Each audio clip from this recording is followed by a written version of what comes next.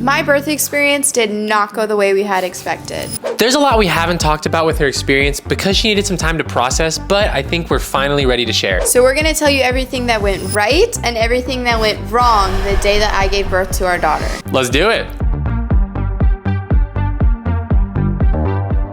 By no means do I want anyone to be thinking that this was like some terrible experience that had happened to me. Overall, I'm walking away with a positive outlook on my labor and delivery, regardless of all the things that went wrong. And there was a lot that went wrong. Yes, we ended up with a healthy, happy baby. I was healthy, and so we thank the Lord for that. There were positive aspects to it, but it wasn't a cookie cutter labor and delivery. So yes, starting with the induction. why did I need an induction? It's my first kid, and things were not moving, and things were not going to move unless I got induced. So I made it to my induction date, which my OB had set, and she was sitting pretty way up in there. Every time they did the exam, they were like, I can't see how dilated you are because, what is it? The cervix was too high? Yes. Yeah. I was the highest that you could be. A lot of people are scared of inductions. A lot of people are like, do not get induced. It's like the worst thing you could possibly ever do for the rest of your life, which is not. How was the induction for you? What happened? I was worried about Pitocin. Everyone talks about Pitocin and how crazy your contractions are with Pitocin.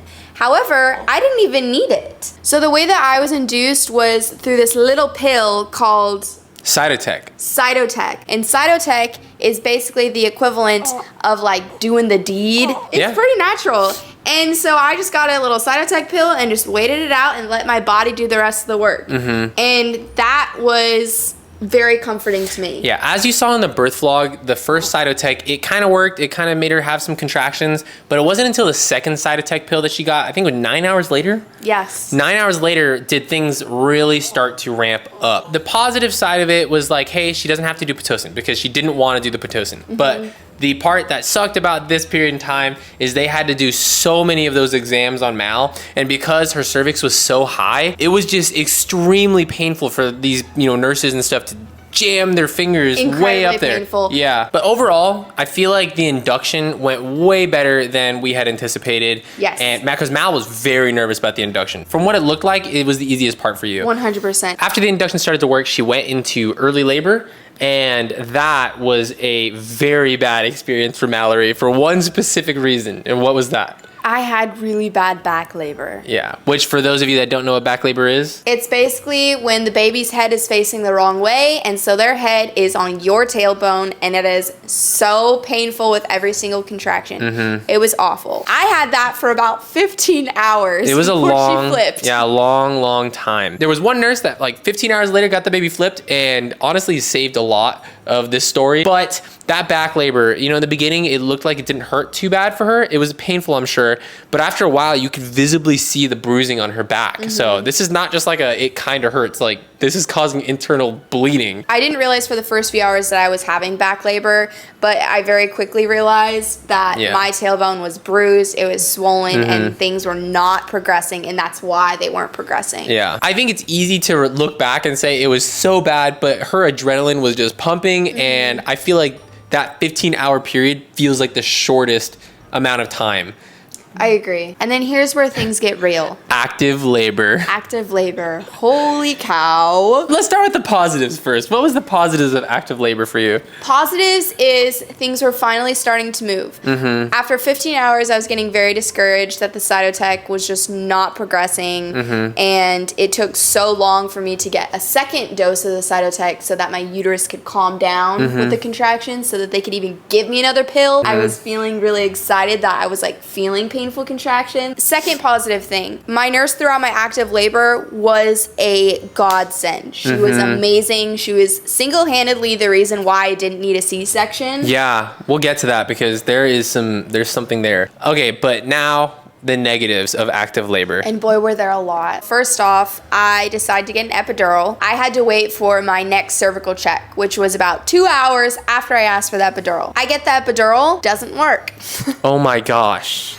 As a husband, that is like the last thing you want to see. I'm sure there's worse, obviously, but your wife is in so much pain, and you ask for the epidural like right before you can't take it anymore. Right. And it fails. So now for like a long period of time while she's trying to see if it's working, she's in pain that she can't handle anymore. One thing I didn't realize before birth is the epidural takes about 30 minutes to fully work. So the anesthesiologist comes in and she's like, okay, you're going to notice 15, 20 minutes go by. They're going to start to die down, your contractions. So I'm sitting here waiting for them to die down, and they're not dying down. And I'm like, what the heck? So after 2 refills of epidurals and an hour later, then the anesthesiologist comes in and she's like, okay, we really need to just like repin it. Between that period of time, about 3 hours, I dilated from a 4.5 to a 7, and my water broke. What's really funny is the nurse that we really loved, she happened to go on her break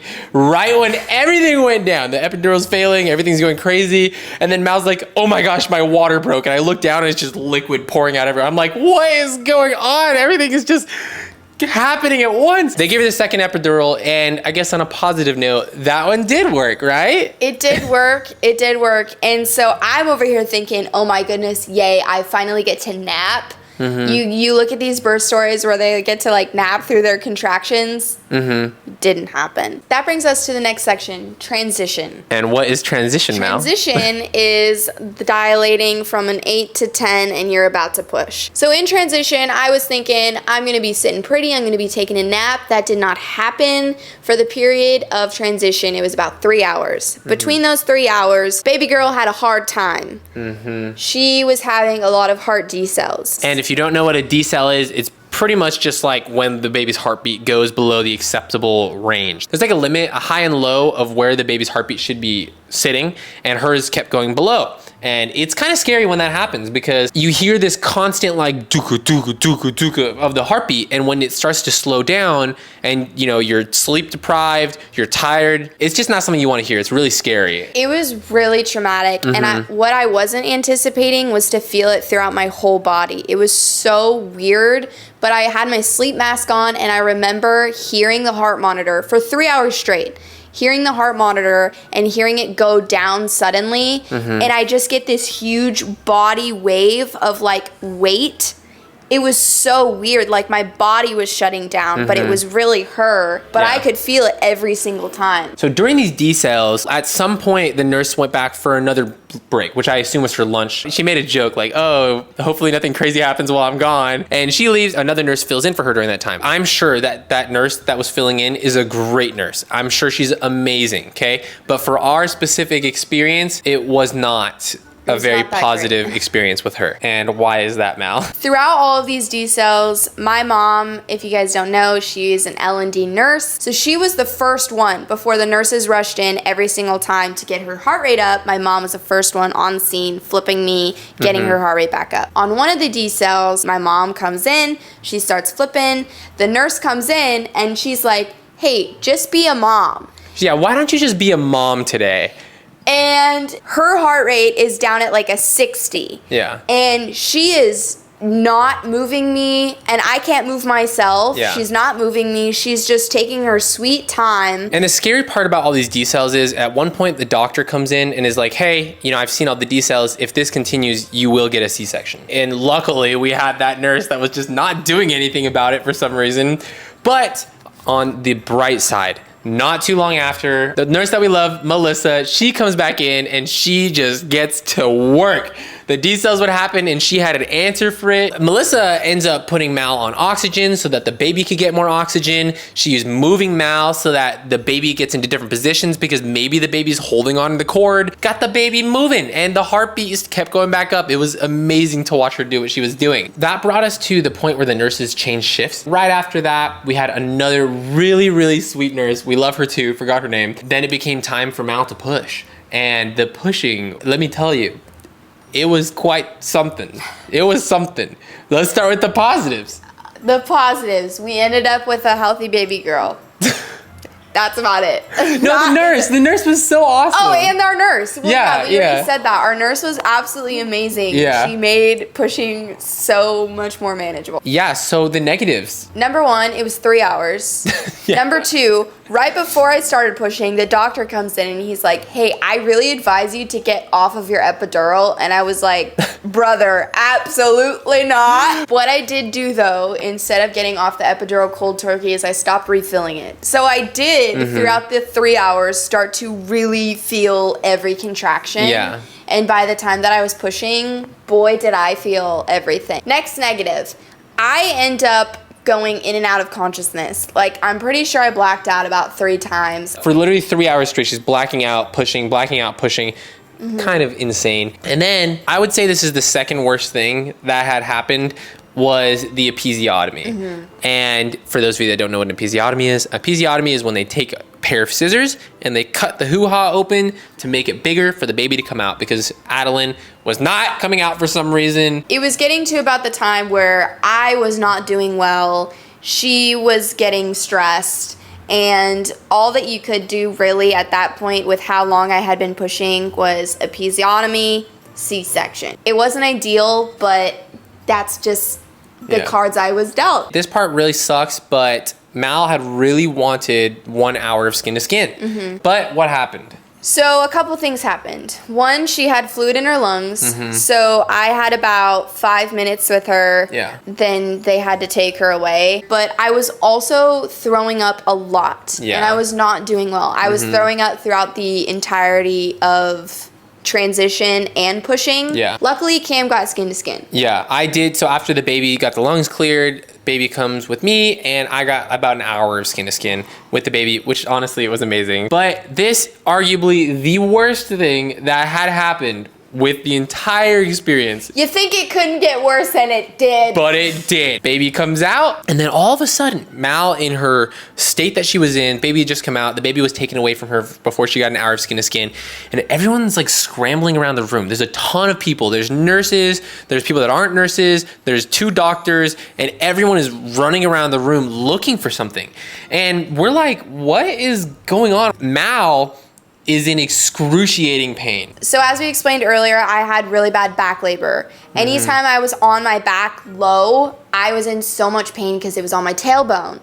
And that's where they had me. And that's where they left me for a full hour with no explanation. And I just remember just screaming in pain, asking for help, asking to like be lifted up, because I just gave birth. Like, it's over. Like, what's going on? It was brutal. It was right after she gotten stitched up. She's bleeding everywhere. And it was so hard to watch as the husband. I think it was about 45 minutes later. We ended up asking, like, okay, well, what's happening right now?